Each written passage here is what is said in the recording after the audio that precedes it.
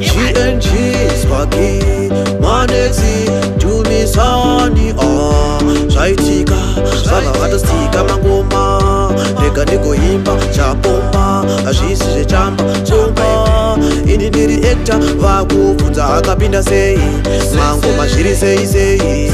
ndabva ndaenda Dubai mese futi kuDubai vakubvunza akapinda sei mangoma zviri sei sei ndabva ndaenda Dubai mese futi kuDubai kumeri andina reverse Manex zeta yako pesi kuvhitwa Sauro mavhesi tirimo tese muresi aka kanogona kanotamba mangoma futi kanoimba kuimba zvisi zvechamba ngoma ini ndine ngoma vatena futi mangwiro avana vaSauro mangoma isu tine nharo GNG pachigaro isu atimire ende futi atinyarare mutare kuda Harare aiwatoridza magitare vakubvunza akapinda sei mangoma zviri sei sei ndabva ndaenda Dubai mese futi kuDubai vakubvunza akapinda sei mangoma zviri sei sei ndabva ndaenda Dubai mese futi kuDubai vashamuzika ndichiputika sebhomba endinoputika ndovasiya vese vakasika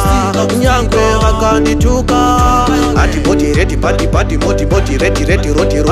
ende futi ndiri hoti ndini futi ndine chimuti kadhati kasofti iwe ndovachuna seskrr ini futi ndiri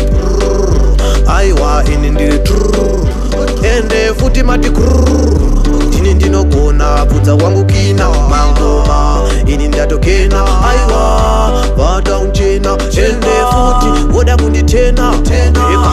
ngoma tsova rova ende futi vaenda kumakuva aiwa richabuda zuva ende vachapinda mugwagwa bvunza akapinda sei mangoma zviri sei sei ndabva ndaenda Dubai mese futi kuDubai vakubvunza akapinda sei mangoma zviri sei sei ndabva ndaenda Dubai mese futi kuDubai ndakapinda ndega ndisina wojeka Mwari ndovatenda mberi ndatoyenda Mwari ndovatenda really haifiridzi mbari Hopley